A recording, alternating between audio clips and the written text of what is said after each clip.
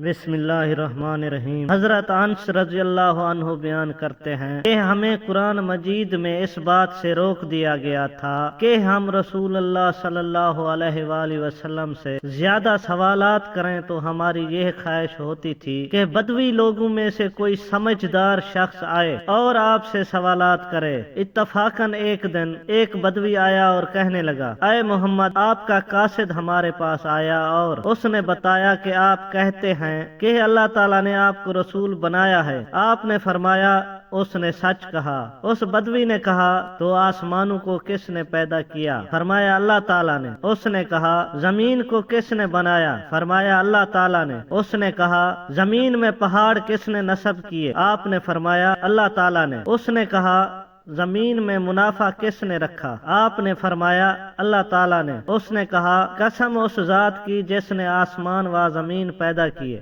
اور زمین میں پہاڑ نصب کیے اور دوسرے منافع رکھے، کیا اللہ تعالیٰ نے آپ کو رسول بنا کر بھیجا ہے؟ آپ نے فرمایا ہاں۔ اس نے کہا، اور آپ کے قاصد نے کہا کہ ہم پر ایک دن میں 5 نمازیں فرض ہیں۔ آپ نے فرمایا اس نے سچ کہا۔ اس نے کہا، قسم اس ذات کی جس نے آپ کو رسول بنایا، کیا اللہ تعالیٰ نے آپ کو ان کا حکم دیا ہے؟ فرمایا ہاں۔ اس نے کہا، اور آپ کے قاصد نے کہا کہ ہم پر ہمارے مالوں کی زکوٰۃ بھی واجب ہے۔ فرمایا اس نے سچ کہا۔ اس نے کہا، قسم اس ذات کی جس نے آپ کو رسول بنایا، کیا اللہ تعالیٰ نے آپ کو اس کا حکم دیا ہے؟ آپ نے فرمایا ہاں۔ اس نے کہا، اور آپ کے قاصد نے کہا کہ ہم پر ہر سال ماہ رمضان کے روزے فرض ہیں۔ فرمایا اس نے سچ کہا۔ اس نے کہا، قسم اس ذات کی جس نے آپ کو رسول بنایا، کیا اللہ تعالیٰ نے آپ کو یہ حکم دیا ہے؟ آپ نے فرمایا ہاں۔ اس نے کہا،